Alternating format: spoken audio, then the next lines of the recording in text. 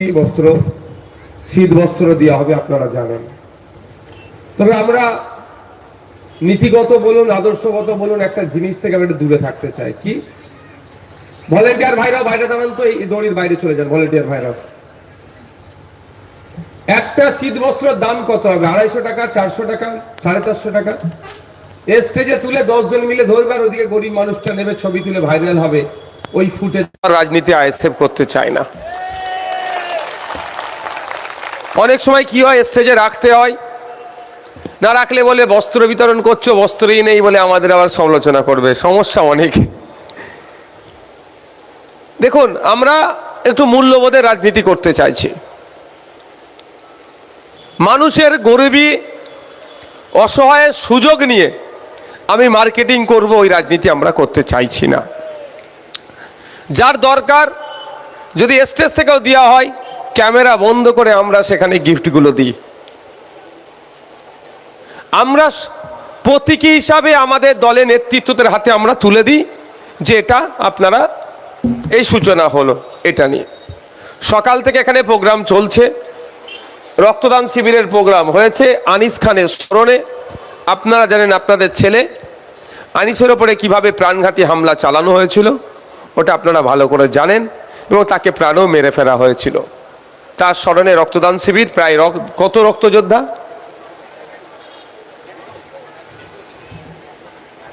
170-এর অধিক রক্তযোদ্ধা রক্ত দিয়ে আনিসকে স্মরণ করেছে। এখন অধিকার সভা, ওয়াকফ সংশোধনী আইন 2025 বাতিলের জন্য, সাথে সাথে এসআইআর নিয়ে যেভাবে নাগরিকদেরকে হয়রানি করা হচ্ছে, এটার প্রতিবাদে। আপনার ম্যাপিংয়ে আপনার নাম চলে এসেছে, ম্যাপিং ঠিক হয়ে গিয়েছে, কিন্তু নির্বাচন কমিশনের একটা ভুল নির্দেশনাতেই বলবো আপনাকে আমাকে পেরেশানির মধ্যে করা হচ্ছে। নামের বানান ভুল, আকার একার ভুল, আগে পরে ভুল, এই নিয়ে মানুষকে বিভ্রান্ত করা হচ্ছে, এটা মেনে নেওয়া যায় না। বয়স্ক লোক যাকে শুনানিতে ডাকা হচ্ছে, বাইরে রাজ্যে যারা আছে তাদেরকে শুনানিতে ডাকা হচ্ছে। ইতিপূর্বে আমরা ভারবালি এটাকে প্রতিবাদ করেছিলাম, এখন ওই বিষয়টা সুরাহা হয়েছে।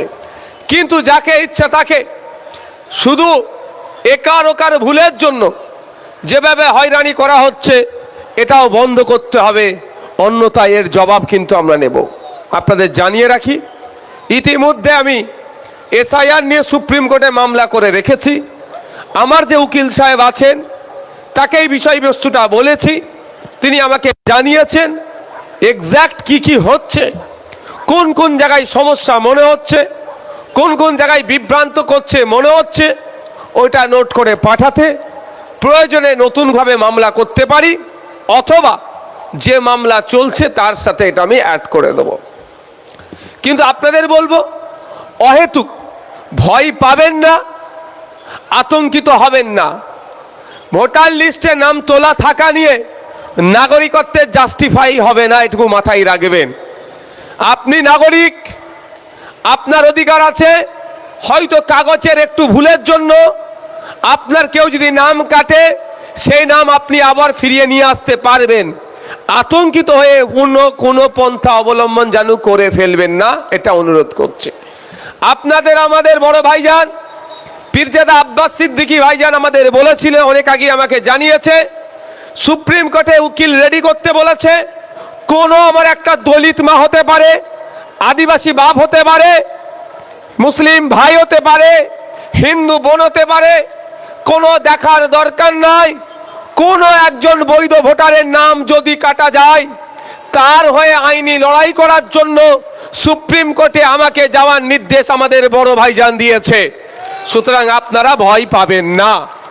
কে হিন্দু কে মুসলমান দেখার প্রয়োজন নাই। সংবিধানের 326 নম্বর অনুচ্ছেদ অনুযায়ী আপনি ভারতীয় নাগরিক, আপনার 18 বছরের ঊর্ধ্বে বয়স, আপনার ভোটদানের স্বাধীনতা আছে।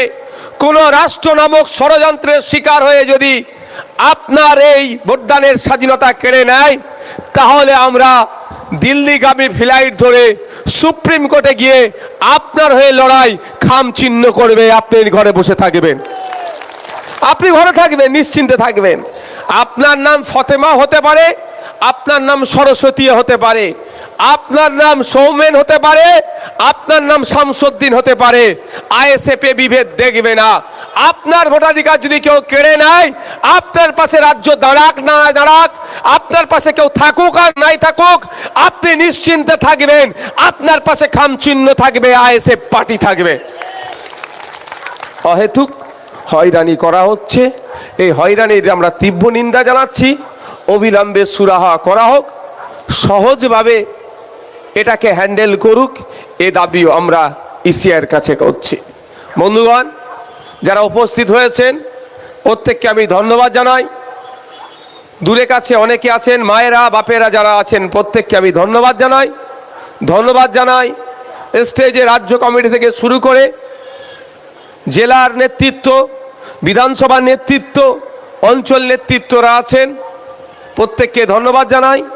ধন্যবাদ জানাই মিডিয়ার বন্ধুদের। পরিশেষে ধন্যবাদ জানাই জগৎবল্লভপুর থানার প্রশাসনদেরকে, যাদের সহযোগিতাতে আজকের এই প্রোগ্রাম আমরা সুষ্ঠুভাবে করতে সক্ষম হয়েছি। আজকের অধিকার সভাতে আপনারা দেখতে পাচ্ছেন একাধিক বিষয় নিয়ে চর্চা লেখা আছে।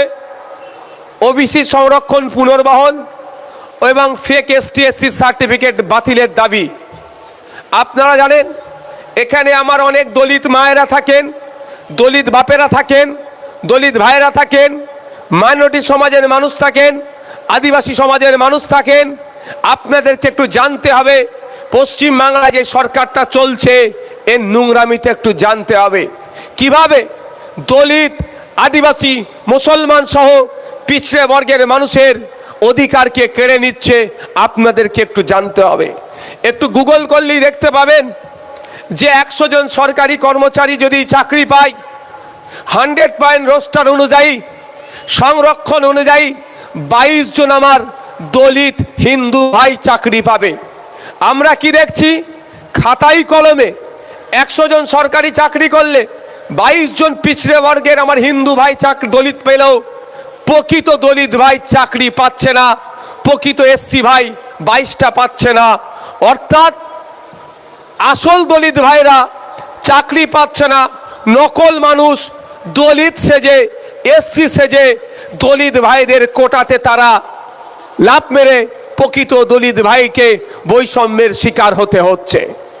100 জন সরকারি কর্মচারীর 22 জন যে দলিত হওয়ার কথা, সেটা রাজ্য সরকার খাতাই কলমে অফিসিয়ালি করলেও প্রকৃত দলিতদেরকে চাকরি দিচ্ছে না, নন দলিতরা চাকরি পেয়ে যাচ্ছে। তাই আজকে আমাদের এই মঞ্চ রাজ্য সরকারের কাছে বার্তা দিতে চাই, সত্যিকারের অর্থে যদি আপনি পিছিয়ে বর্গের হিন্দু সমাজের মানুষকে আপলিফমেন্ট করতে চান, এগিয়ে নিয়ে যেতে চান, তাহলে যত ফেক এসসি সার্টিফিকেট আছে ওইগুলোকে বাতিল করতে হবে। প্রকৃত দলিত ভাইদেরকে তাদের হাতে সার্টিফিকেট তুলে দিতে হবে, এবং যারা ফেক সার্টিফিকেট দিয়ে দলিত ভাইদের কোটায় চাকরি করছে সেইগুলোকে বাতিল করে প্রকৃত গরিব হিন্দু দলিত ভাই যারা আছে তাদেরকে চাকরিতে নিয়ে আসতে হবে। তাহলেই জানবো মমতা ব্যানার্জির দলিতদের ভালোবাসা। আজকে আমাদের এই অধিকার সভা, দলিতদের অধিকার হনন হচ্ছে, তাই ইন্ডিয়ান সেকুলার ফ্রন্ট চলে যান, ইন্ডিয়ান সেকুলার ফ্রন্ট সে অধিকারকে ফিরে নিয়ে আসার জন্য অধিকার সভা করছে।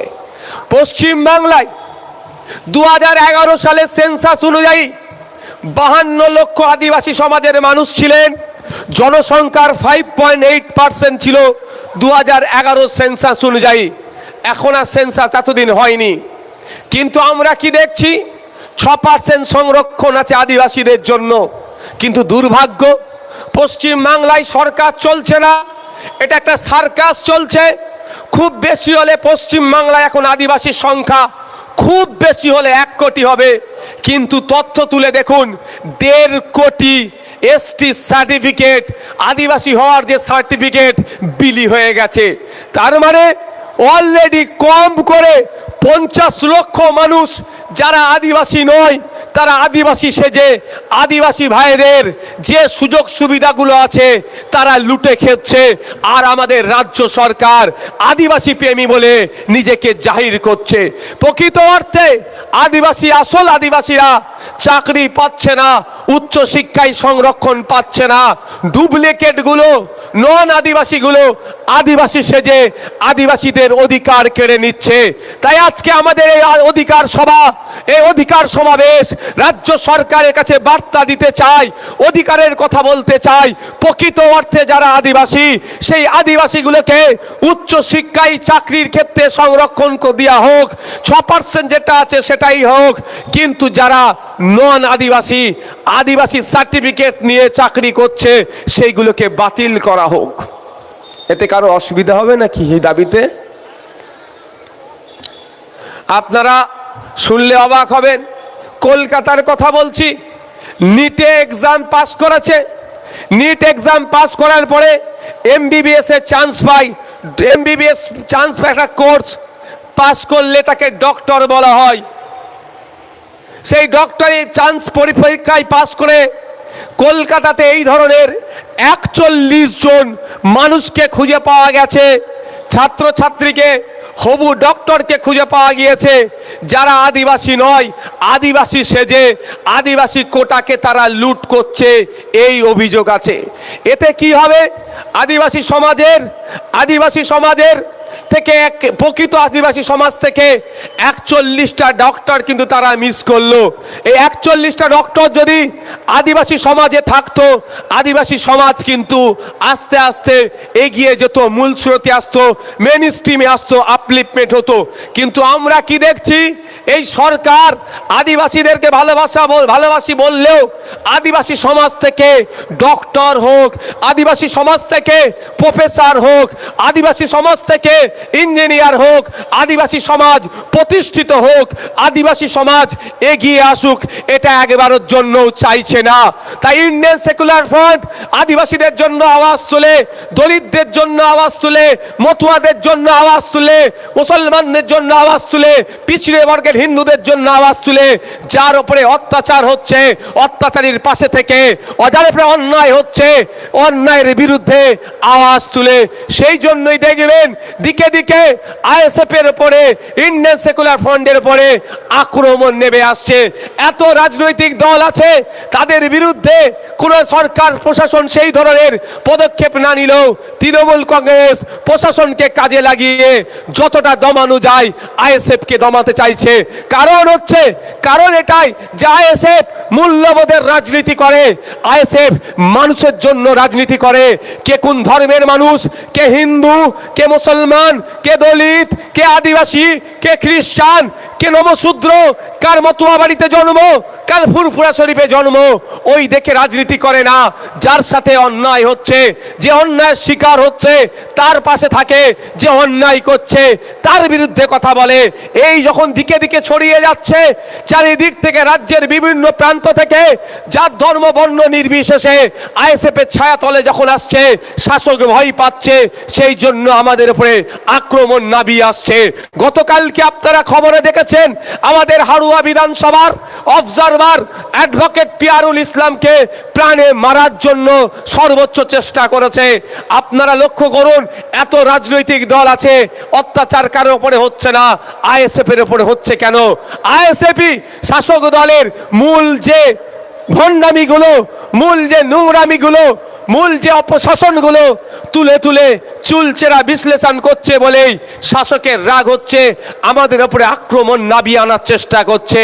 তবে আমরা এই শাসকের আক্রমণে ভয় পেয়ে যাই না, কারণ আমরা মনে করি, আমরা বিশ্বাস করি, গণতন্ত্রের শেষ কথা জনগণ বলে। যতই শাসক তার গুন্ডামস্তানকে দিয়ে আমাদের উপরে আক্রমণ নামাক না কেন, দিনের শেষে গণতন্ত্রের জয় হয়, মানুষের ভোট দেই, সেই মানুষ আমাদের পাশে আছে। আমরা ওই জন্য ভয় পাচ্ছি না। অনেক অত্যাচার হচ্ছে, অনেক অনাচার হচ্ছে, আমরা মাথা তুলে। ভাই আপনাদের কি বসতে অসুবিধা হচ্ছে নাকি বলুন তো? পিছনে লোকের তো অসুবিধা হচ্ছে। ভাই আপনি পিছিয়ে বসুন, ওখানে অনেক জায়গা দেওয়া হচ্ছে, বসুন না। পেছনের লোকের তো অসুবিধা হচ্ছে, আপনারা দাঁড়িয়ে পড়ছেন। নাহলে একটু আপনারা অবাক হবেন তৃণমূল কংগ্রেসের দ্বিচারিতা। আজকে তৃণমূল কংগ্রেসের ওবিসি কোটাতে যারা মেম্বার হয়েছেন তৃণমূলের, তাদেরও বলছি কান খাড়া করে শুনে রাখুন, আগামী পঞ্চায়েত নির্বাচনে আপনার সার্টিফিকেটের ভ্যালিড থাকবে না। কারণ আপনি নাম কস্তে সার্টিফিকেট পাবেন, ওই কার্ড সার্টিফিকেটের কোনো দাম থাকবে না। মমতা ব্যানার্জি নতুন ওবিসি যে সার্টিফিকেটটা বানিয়েছে, কদিন আগে দেখেছিলেন যুবভারতী স্টেডিয়ামে মেসিকে দেখাকে কেন্দ্র করে একটা গোলযোগ তৈরি হয়েছিল। কেন গোলযোগ তৈরি হয়েছিল?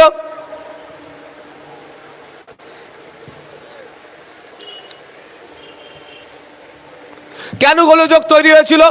আপনি টাকা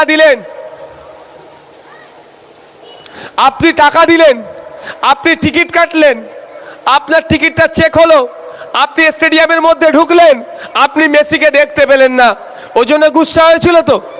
ওইটা শুধু উদাহরণটা আমি এখানে টেনে দেখিয়ে দিচ্ছি।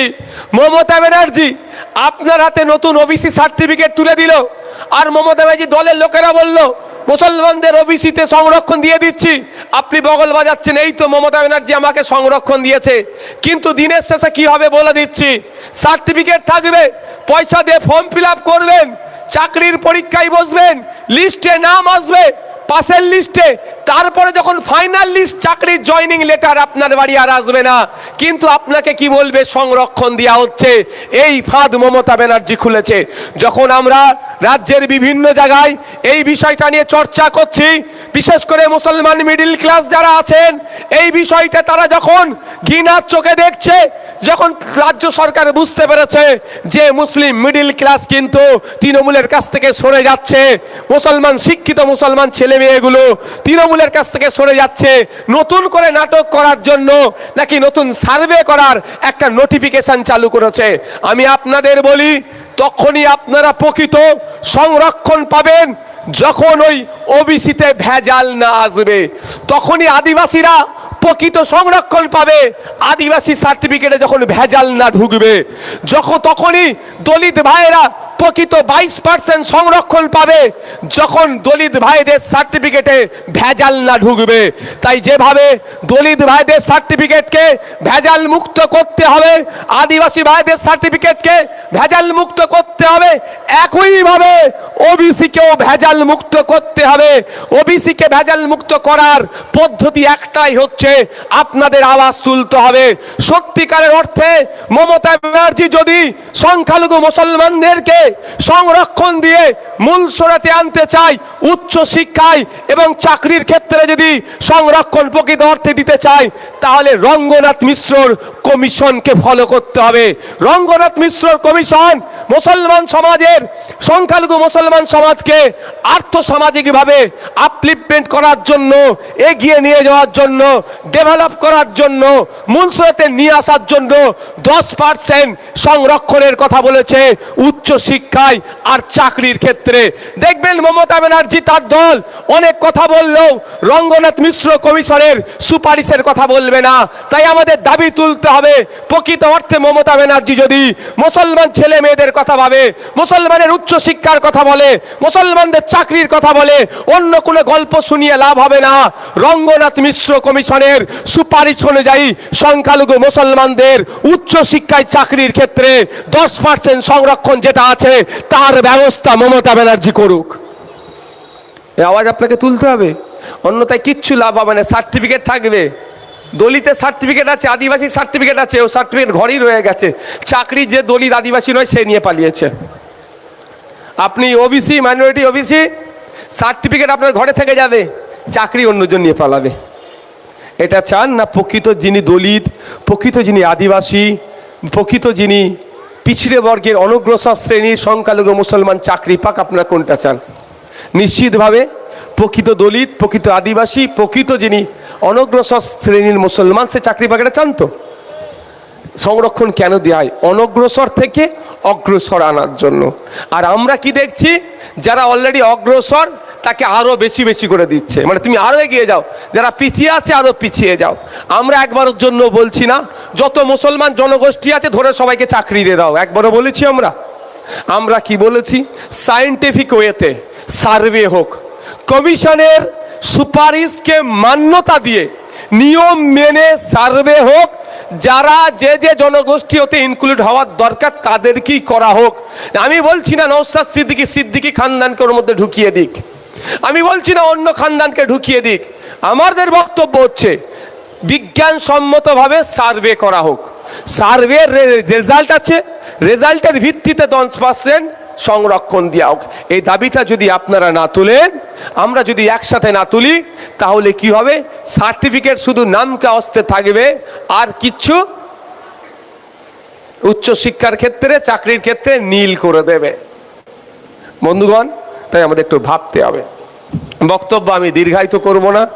আগামী 21শে জানুয়ারি কলকাতা রাজপথে, কলকাতাতে আমরা, কলকাতার ময়দানে আমরা, শহীদ মিনার ময়দানে আমরা অধিকার মহাসমাবেশ ডেকেছি। আমি আপনাদের কাছে আবেদন করব, নারী পুরুষ নির্বিশেষে আসুন।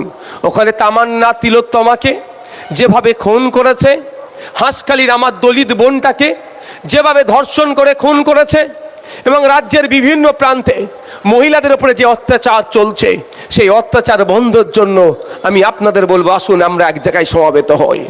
ওইখানে যান আপনি, আমি যাব।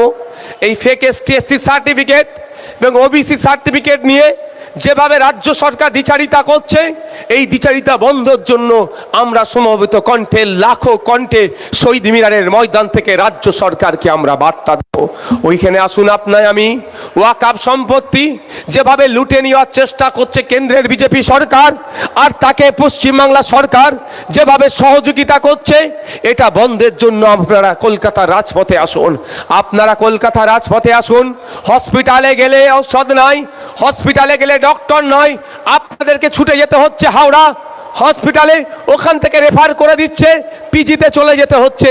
এই যে দুরবস্থা চলছে, এই দুরবস্থা বন্ধ করতে হবে। প্রতিটা জেলাতে পিজি, NRS, চিত্তরঞ্জনের মতো স্টার হসপিটাল তৈরি করতে হবে।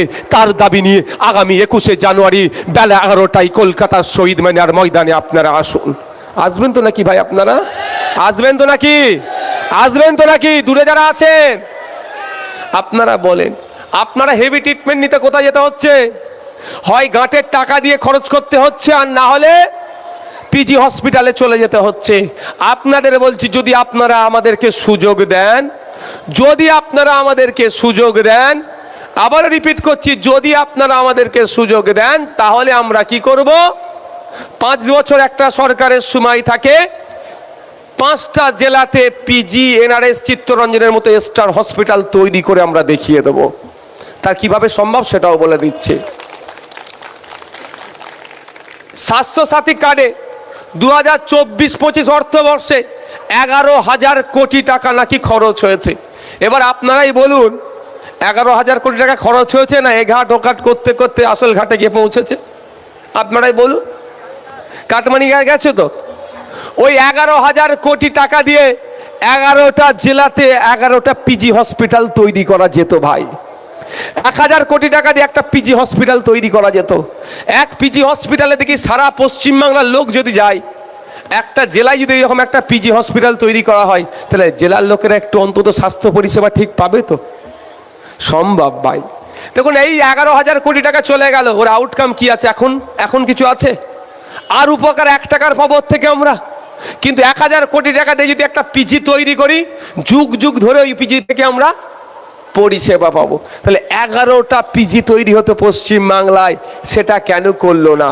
ওই 11টা পিজি থেকে বেশি তোলা তুলতে পারবে না, খুব বেশি হলে বেড ভাড়া দিয়ে, মানে 30,000 20,000 বেড কিনতে হয় না, ওই টাকাটা পাবে। কিন্তু এই 11,000 কোটি টাকার 75%, 25% যদি ঠিকঠাক হয়ে যায়, কত হবে ঘরে বুঝতে পারছেন? এই জন্য আপনাদের সাথে এই দ্বিচারিতা করছে। তাই আপনাদের বলবো, আপনারা ছাড়া কারো ক্ষমতা নেই স্বাস্থ্যমন্ত্রী তৈরি করা, আপনারা ছাড়া কারো ক্ষমতা নেই মুখ্যমন্ত্রী তৈরি করা। আপনাদের সর্বোচ্চ পাওয়ার, আপনি স্বাস্থ্যমন্ত্রী তৈরি করতে পারেন, আপনি মুখ্যমন্ত্রী তৈরি করতে পারেন, আপনি লেবার মিনিস্টার তৈরি করতে পারেন, সবটাই আপনি তৈরি করবেন, আপনার এত পাওয়ার। তাহলে আপনি ভোটের আগের রাতে সারা 4.5 বছর, 4.5 বছর সব সরকারের ভুলটা ধরলেন। ভোটের আগের রাতে কি হয় কি জানি, কাউকে বিরিয়ানির প্যাকেট, কাউকে 500 টাকা, কাউকে অমুক চলে আসবে, কাউকে তমুক চলে আসবে, এই গল্প শুনিয়ে সব ভুলিয়ে দেয়। আর 4.5 বছর ধরে আপনাদের এই দুরবস্থা চলে। তাই আপনাদের বলবো, এই দুরবস্থা যদি ঘোচাতে চান, আসুন আইএসএফের ছায়াতলে। আইএসএফকে সুযোগ দেন, খামচিহ্নকে সুযোগ দেন। 5 বছরের জন্য, না পারলে আবার চেঞ্জ করে দেবেন। আপনারা না পারলে চেঞ্জ করে দেবেন, কিন্তু একবার সুযোগ দিয়ে দেখুন আমরা কি করতে চাইছি। আমরা তো বলছি না চাঁদকে পেড়ে নিয়ে এসে আপনার হাতে ধরিয়ে দেবো, ও ক্ষমতা আমার নাই, কিন্তু যতটুকু আমরা করতে পারবো সেটা বলছি। এখানে প্রাইমারি স্কুল কোথায় আছে? ধর্মতলায়। ওটা মানে হাই স্কুল তো, ওটা নাকি? আচ্ছা মায়ের আপনারা বলছি, কারণ কোনো মায়ের হাতে 1200 টাকা পান, কোনো মা 1000 টাকা মাসে পান। ঠিক আছে, আমি এর বিরুদ্ধে নয়, আমি চাই মায়েরা মাস গেলে 5000 টাকা পাক। 1000-1200 টাকা আমি না, তো ঝিম্মের আছেন কেন বলুন তো আপনারা? একদম হ্যাঁ, আমি চাই মায়েরা মাস গেলে 5000 দিক পাক, তার পরিবর্তে একটু রাজ্য কাজ বুঝে নিক। 1000-1200 টাকায় কি হবে বলেন তো? কিচ্ছু হবে না আজকের দিনে। কিন্তু মায়েদেরকে বলবো, 1000-1200 যে হাতে তৃণমূল সরকার, যে হাতে আপনাকে 1000-1200 টাকা দিচ্ছে, ওই হাতেই আপনার ছেলের ভবিষ্যৎটা ধ্বংস করছে। মিলিয়ে নেবেন আজকে বাড়ি গিয়ে, আপনারা মিলিয়ে নেবেন, বাড়ি গিয়ে মিলিয়ে নেবেন। 3-4 বাচ্চা আছে, অঙ্কের বইটা দেবেন, খাতাটা দেবেন, পেনটা দেবেন, অনুশীলন 1-এর অঙ্কটা করতে বলবেন। 3-4 বাচ্চা আছে তো, যে 3 থেকে 4-এ উঠেছে ওকে 3-র বইটা দিয়ে করান, তো অলরেডি 4-এ চলে গিয়েছে। যে 4 থেকে 5-এ গিয়েছে ওকে 4-এর বইটা দেন, সে তো অলরেডি পাস আউট, তো তাকে দেন। 100টা বাচ্চাকে ট্রাই করেন, 90টা বাচ্চা ফেল করবে। কাদের বাড়ির? যার মা 1000 টাকা 1200 টাকা লক্ষ্মীর ভান্ডার নিচ্ছে, তাদের বাড়ির ছেলেগুলো ধ্বংস করছে এই সরকার এইভাবে। কি করে? স্কুলে শিক্ষক নাই, শিক্ষার পরিকাঠামো নাই, চক নাই, ডাস্টার নাই, টেবিল নাই, চেয়ার নাই। আপনি ইভেন আপনার বাচ্চারা যে স্কুলে যে টয়লেটে যায় সেটাও দুর্গন্ধযুক্ত, বরঞ্চ বাড়িতে আসছে রোগ নিয়ে আসছে। বিশ্বাস হচ্ছে না? 5-6-এর বাচ্চাকে ডাকুন, বাড়িতে যাবেন, পেনটা খাতাটা তুলে দেবেন, তোমার নাম, তোমার বাপের নাম, তোমার মায়ের নাম, কোন ক্লাসে পড়ো, কোন স্কুলে পড়ো, আর তোমার ঠিকানা। এটা কি কিলো রকেট সায়েন্স লাগবে বুঝতে? সিম্পল ব্যাপার তো, ইংলিশে লিখে দিতে বলেন। 100 টাকা ট্রাই করবেন, 90টা ফেল করবে। কিন্তু কে ফেল করাচ্ছে? রাজ্য সরকার। যে রাজ্য সরকার আমার মায়ের হাতে 1200-1000 টাকা দিচ্ছে, ওই রাজ্য সরকারই আপনাদের ভবিষ্যৎটা ধ্বংস করছে। কারণ যদি আপনার আমার বাড়ি শিক্ষিত হয়ে যায় ছেলে, দলিতের ছেলে, আদিবাসীর ছেলে, গরিব হিন্দুর ছেলে, মুসলমানের ছেলে শিক্ষিত হয়ে গেলে বুথটা দখল করবে কে? মারামারিটা করবে কে? বোমবারটা বাঁধবে কে? মাথাটা ফাটাবে কে? সেই জন্য ইচ্ছা করে আপনার আমার বাড়ির ছেলে মেয়েগুলোকে অশিক্ষিত করে রাখছে রাজ্য সরকার, আর আপনাকে আমাকে 1000-1200 টাকা দিয়ে ভুলিয়ে রাখছে। তাই মায়েদের বলবো, আওয়াজ তুলুন। 1000-1200 পরে হবে, স্কুলে শিক্ষক কবে দেবে কথা বলো। 1000-1200 পরে হবে, হসপিটালে গেলে ডাক্তার কবে পাবো, নার্স কোথায় তা নাই, ঔষধ কিভাবে হবে, ফ্রিতে ট্রিটমেন্ট কিভাবে পাবো, এ আওয়াজ তুলুন। মায়েদের বাপেদের বলবো, আবার 1000-1200 পরে হবে, আওয়াজ তুলুন। সকাল থেকে সন্ধ্যা পর্যন্ত দর্জির সেলাই করে যাচ্ছি, দিনের ইনকামটা ঠিক করে আসছে না, ইনকাম কিভাবে বাড়বে তার ব্যবস্থা করো। এই আওয়াজটা তুলতে হবে আপনাদের। আর না হলে 1000-1200 লাগাত হাতে দিচ্ছে, আর আপনাদের ছেলেদের ভবিষ্যতে পুরো চুনা লাগিয়ে দিচ্ছে। বুঝতে পারছেন কি বলছি?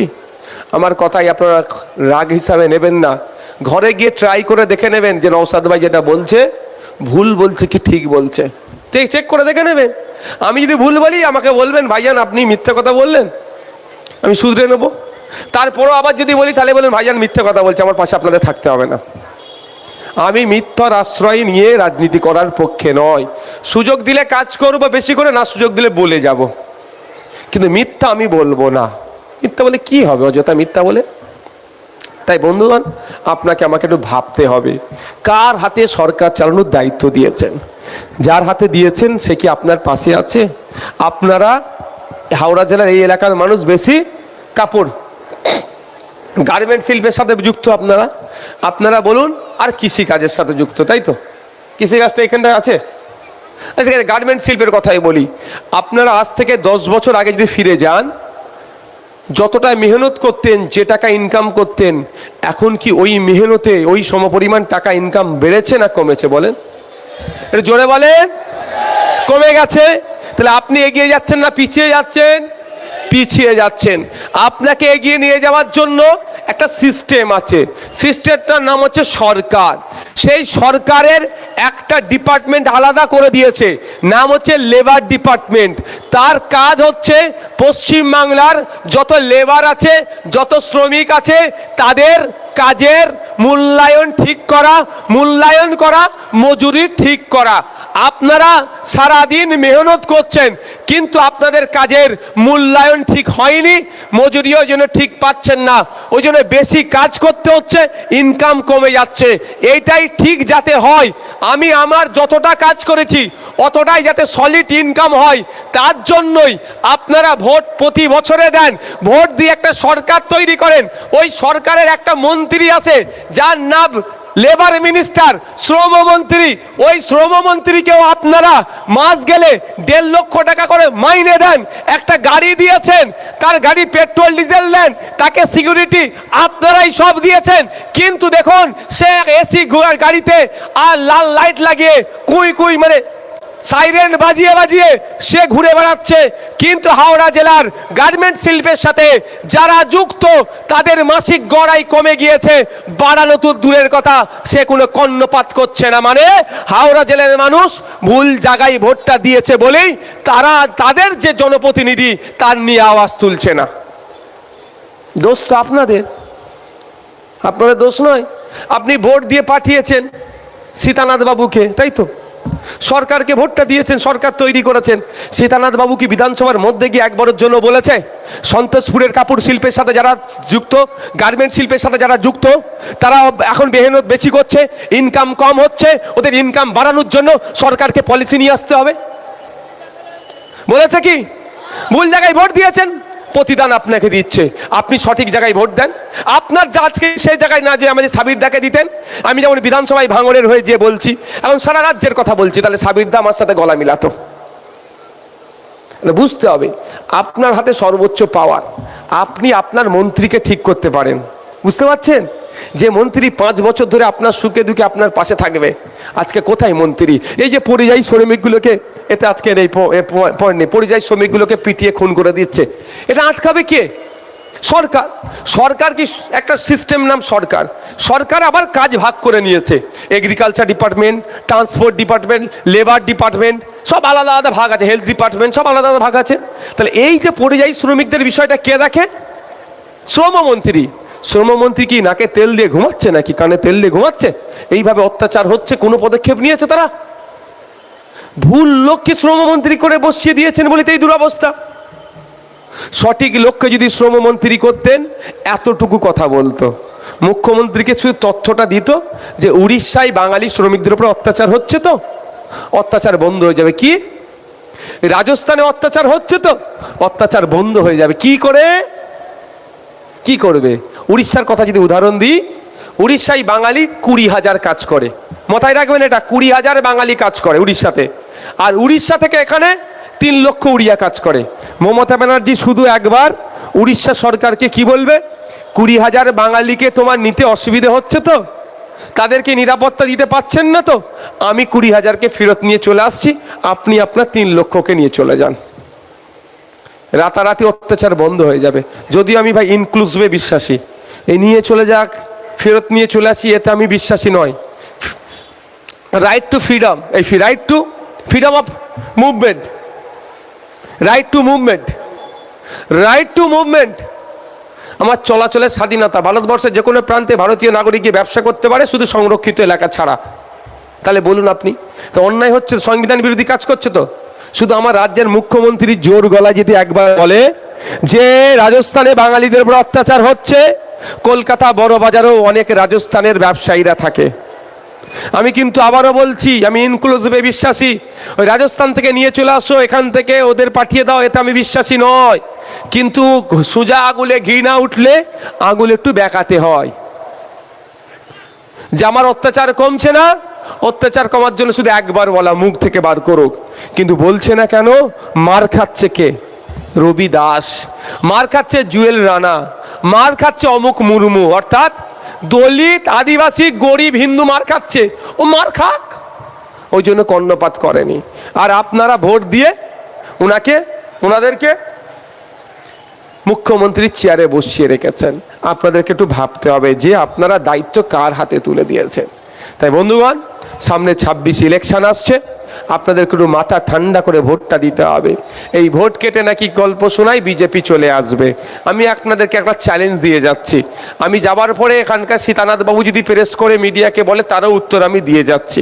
তবে এতটুকু বলে রেখে যাই, আপনার আব্বার কবরস্থানটা, আম্মার কবরস্থানটা, মাদ্রাসা, মসজিদ, ঈদগাহটা এখনো যে সুরক্ষিত আছে সীতানাথ বাবু মামলা করার জন্য নয়, নওশাদ সিদ্দিকীর মামলা করার জন্য। একটু মাথায় রাখবেন, হ্যাঁ, একটু মাথায় রাখবেন। মমতা ব্যানার্জির দলের এমএলএর মামলা করার জন্য নয়, আব্বাস সিদ্দিকীর ছোট ভাইয়ের মামলা করার জন্য। একটু মাথায় রাখবেন আপনারা। আমি চলে যাবার পরে কি বলতে পারে, আমার তো কোনো কথা আমাদের যুক্তি দিয়ে কাটতে পারবে না। আমি চ্যালেঞ্জ করছি, একবার মমতা ব্যানার্জি নওশাদ সিদ্দিকীকে বসিয়ে দেওয়া হোক।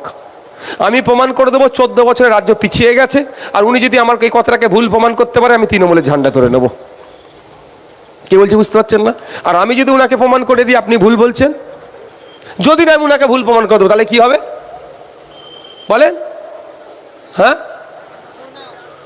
হ্যাঁ, না আইএসএফে টেনে নেবো না,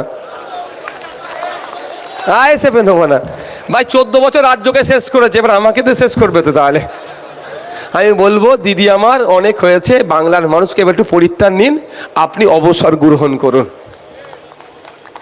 এই আজকে আমাদের যে পুলিশরা পাহারা দিচ্ছে, আছে তো প্রচুর পুলিশ এখানে, কম বেশি খোঁজ নিয়ে দেখুন তো কত ঘন্টা ডিউটি করছে। 8 ঘন্টার বেশি কেন ডিউটি করবে একজন? হ্যাঁ, 1 নম্বর কথা, মমতা ব্যানার্জি শুধু থানা উদ্বোধন করছে।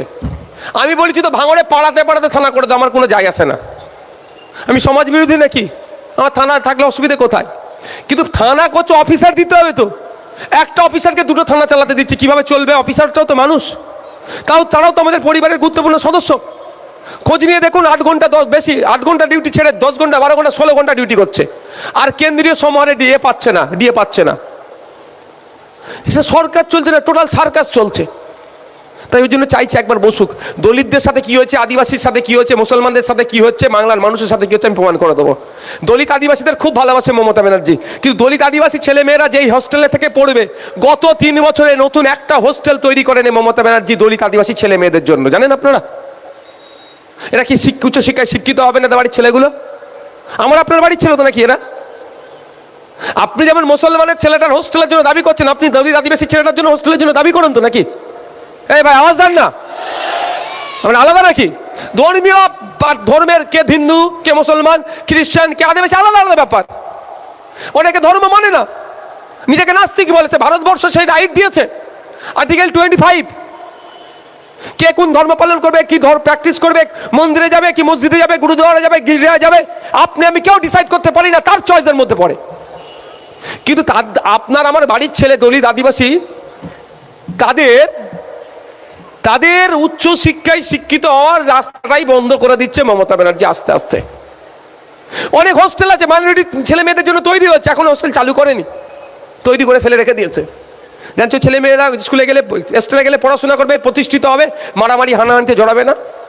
আদিবাসী ছেলে মেয়েরা, দলিত ছেলে মেয়েরা স্কুলে যাবে, পড়াশোনা করবে, মারামারি হানাহানিতে জড়াবে না। তাহলে কাকে দিয়ে ভোটটা লুট করবে?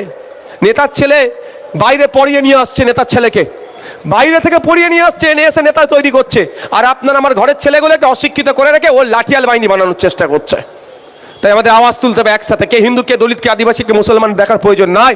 আমরা মানুষ, সামাজিক পরিচয় আমাদের মানুষ। আমাদের এলাকায় শিক্ষা প্রতিষ্ঠান তৈরি করতে হবে, হসপিটালে ডক্টর দিতে হবে, আমাদের এখানকার দর্জি শ্রমিক, জরি শ্রমিকদের মাইনে তাদের ইনকাম বাড়াতে হবে, কৃষকদের মাসিক গড় বাড়াতে হবে। এই আওয়াজ আমাদের একসাথে তুলতে হবে। একসাথে না তুলতে পারলে ওই রাজনৈতিক কারবারিদের লাভ হবে।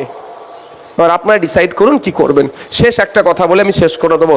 আমি এই যে এত কথা বললাম, আমার একটা শব্দ নিয়ে ওরা বিরোধিতা করার ক্ষমতা নেই ওদের। একটা শব্দ, সিঙ্গেল ওয়ার্ড বিরোধিতার করার ক্ষমতা ওদের নাই। আমি তো যুক্তি দিয়ে কথা বলবো ভাই, আর যুক্তি দিয়ে কথা বলি আর পয়েন্টে পয়েন্টে কথা বলি, ওদের জয়েন্টে জন্য ব্যথা করে। কি বলবে ওরা? যে আইএসএফ ভোট কেটে বিজেপির সুবিধা করে। এরও ওষুধ আজকে আমি একটু দিয়ে যেতে চাই। আপনারা শুনতে চান? একটু হাত তুলুন তো, কারা শুনতে চান? দূরে যা, হাতটা তুলে রাখুন, দূরে যারা আছেন শুনতে চান তো নাকি? এই যে বলে না ওরা যে কি ভোট কেটে বিজেপি আসবে, আইএসএফ ভোট কেটে ওষুধটা আজকে আমি দিয়ে যেতে চাই, একটা এগ্রিমেন্ট হোক। আইএসএফ এর প্রতিষ্ঠাতা পীরজাদা আব্বাস সিদ্দিকী ভাইজান লিখবে, সই করবে। তৃণমূলের প্রতিষ্ঠাতা মমতা ব্যানার্জি লিখে সই করবে। কি লেখা থাকবে ওখানে? লেখা থাকবে, কি লেখা থাকবে? আব্বাস ভাইজান লিখবে আইএসএফ 2026 নির্বাচনে যেখানে যেখানে প্রার্থী দেবে, ভোট কেটে যদি বিজেপি আসে সমস্ত দায়ভার আইএসএফ নেবে, তৃণমূল যা শাস্তি দেবে আইএসএফ মাথা পেতে মেনে নেবে। আরও লিখে ওর নিচে আব্বাস ভাইজান সই করে দেবে। আর ওই চুক্তিতে, ওই এগ্রিমেন্টে মমতা ব্যানার্জিকে লিখতে হবে তৃণমূল যেখানে যেখানে প্রার্থী দেবে, ভোট কেটে যদি বিজেপি আসে তৃণমূলকে তার সমস্ত দায়ভার নিতে হবে এবং আইএসএফ যা শাস্তি দেবে তৃণমূলকে মাথা পেতে মেনে নিতে হবে। কাজ শেষ। কি গো, কাজ শেষ। আমি যদি ভোট কেটে বিজেপিকে আনতে চাই তাহলে আমি কি সই করব? আমি কি সই করব? বড় ভাইজানকে সই করতে দেবো? করবো না। আর মমতা ব্যানার্জি সত্যিকারের অর্থে যদি তৃণমূলের বিরুদ্ধে লড়াই করতে চায় তিনি সই করবেন? মনে হয় মমতা ব্যানার্জি সই করবে? আমি চ্যালেঞ্জ করে যাচ্ছি, মমতা ব্যানার্জি সই করবে না। মমতা ব্যানার্জি বিজেপিকে নিয়ে এসে এখানে বিরোধী করে রেখেছে যাতে ওইটা ওরা অন্য কাউকে না ঢুকতে পারে, অন্যায়ের বিরুদ্ধে কথা না বলতে পারে, সেই জন্য করে রেখে দিয়েছে। এবার আপনি আমি আওয়াজ যদি তুলি বাই চান্স হয়তো মমতা ব্যানার্জি সই করে দিয়েছে, আর এদিকে আমাদের বড় ভাইজান সই করেছে, দেখবেন সকালে সই হয়েছে এগ্রিমেন্ট, সন্ধ্যাবেলায় তৃণমূলের দলের অনেক নেতারা তিহার জেলের লাল চা খাচ্ছে। বুঝতে পারছেন না? লাল চা কেন বললাম? জেলে দুধ চা হয় না, আমি জেল খেটে এসেছি তো সেই জন্য বলছি আপনাদের। এই দেখুন এখানে এটা আছে, দুবার জেল খেটেছে আমাদের বিশ্বজিৎদা চলে গেলেন, যেখানে অনেকজন আমরা জেল খেটেছি। জেলে লাল চা দেয়, দুধ চা দেয় না। এখানে যদি সকালবেলা মমতা ব্যানার্জি সই করে এগ্রিমেন্টে যে বিজেপিকে আটকানোর সই হচ্ছে, একদিকে আব্বাস ভাইজান বিজেপিকে আটকানোর সই করছে, অপরদিকে মমতা ব্যানার্জি বিজেপিকে আটকানোর সই করছে। যেই সই করবে তাহলে কি করবে? সেন্ট্রাল দিল্লি রেগে যাবে। দিল্লি যদি আমাকে এত এত দিয়ে রাখে তাহলে আমার উপর রেগে যাবে, ইডি সিবিআই পাঠিয়ে আমার সব তুলে নিয়ে চলে যাবে, আমাকে সমেত তুলে নিয়ে চলে যাবে। আর দিল্লি যদি আমাকে এত এত দিয়ে রাখে তাহলে আমি সই করব না, ঠিক ঘুরিয়ে ফিরিয়ে কেটে পালাবো। আমার তো ভাই ভয় নেই, আমি তো রাজি আছি, আমি আমার বড় ভাইজান রেডি আছে সই করার জন্য। কিন্তু চাকরি চোর, কয়লা চোর, বালি চোর, শিক্ষা চোর, আপনার অধিকার চোর, বাচ্চাদের যে হোস্টেলে থাকবে তার টাকা চোর, ফাইল চোর, সাথে সাথে ওই ফাইল মানে ওই দিকের ফাইল নয়, হাজারো হাজারো ফাইল চুরি হয়ে গেছে। এই শুধু ওই ফাইলটা নয়, ও তো নাটক চলেছে বিজেপি আর তৃণমূল, ওটা ফাইল চোর বলা যাবে না, নাটক চলেছে, বোকা বানানো হচ্ছে। আমি আপনাদের বলি, এই চুরি করতে করতে কি করেছে, মৃত মানুষের চোখ এটা চুরি করে নিয়েছে। বারাসাতে দেখলেন না? এই যে অন্যায় করে এত অবধি হয়ে গেছে ওদের, এরা শুধু বিজেপি এদেরকে এখনো বাইরে রেখেছে, এটাই ওদের সৌভাগ্য। আমি একদম রেকর্ড হচ্ছে তো, এই যে রেকর্ড হচ্ছে তো, এই কোনো একটা রেকর্ড দেবে তৃণমূলের নেত্রীর কাছে যাবে, কোনো একটা রেকর্ড বিজেপির নেতার কাছে যাবে, দূরে বসে হয়তো রেকর্ড করছে। আমি তো চ্যালেঞ্জ করে বলছি, তৃণমূল এতদিন অর্ধেক মিনিস্ট্রি জেলের মধ্যে থাকতো, তৃণমূলের অর্ধেক নেতা তখন জেলে থাকতো যদি সঠিক বিচার করতো বিজেপি, কিন্তু বিজেপি তো ছেড়ে রেখেছে। এইবার বিজেপি ছেড়ে রেখেছে কেন? বিজেপিকে বাংলায় আস্তে আস্তে জায়গা করে দেওয়া হচ্ছে। আর এগ্রিমেন্ট করা মানে বিজেপিকে আটকানো হবে, তো বিজেপিকে আটকানো করলে গুসা হয়ে যাবে, ও তোমার দলের নেতাগুলোকে আমি ছেড়ে রেখেছি চুরি করার পরেও, গরু চোর, বালি চোর, কয়লা চোর, শিক্ষা চোর, মানুষের মৃত মানুষের চোখ চোর, এই চোরগুলোকে ছেড়ে রেখেছি, আর তুমি আমাকে আটকানোর জন্য আব্বাস সিদ্দিকীর সাথে এগ্রিমেন্ট করছো, দাঁড়াও আমি ইডি সিবিআই পাঠাচ্ছি, সব কটাকে ধরে চালু ডাব্বায় ট্রেনে তুলে দিল্লিতে নিয়ে আয়, আর নাহলে তাড়াতাড়ি আনতে হবে, ফ্লাইটে ওদেরকে তোল, কার্গো ফ্লাইটে তুলে মাল যেমন গুদামের মাল যায় ওইরকম ভাবে নিয়ে চলে যাবে। বুঝতে পারছেন? তাহলে আজকের পর থেকে যদি কেউ বলে যে আব্বাস ভাইজানের দল বা নওশাদ সিদ্দিকীরা, বিশ্বজিৎ মাইতিরা, সাবির দ্বারা এদেরকে ভোট দেওয়া মানে বিজেপির সুবিধা করে দেওয়ায়, বা এরা ভোট কেটে বিজেপিকে নিয়ে আসে, তাদের উত্তর কি দেবেন আপনারা? ভাই অত বকে লাভ হবে না, চলো এগ্রিমেন্টে আসো। নওশাদ ভাইজান বলে গিয়েছে বিজেপিকে আটকানোর জন্য এগ্রিমেন্ট করার জন্য প্রস্তুত আছে। আজকের পর থেকে তো বলবেন এটা, আর কোন ওষুধ ঠাকুর নাই, সবের উত্তর দিয়ে চলে গিয়েছি আমরা। সকলে ভালো থাকবেন, সুস্থ থাকবেন, আস্তে আস্তে বিদায় নিন। প্রকৃতি একটা একটা প্রতীকী একটা আমি তুলে দেবো আমাদের নেতৃত্বদের হাতে।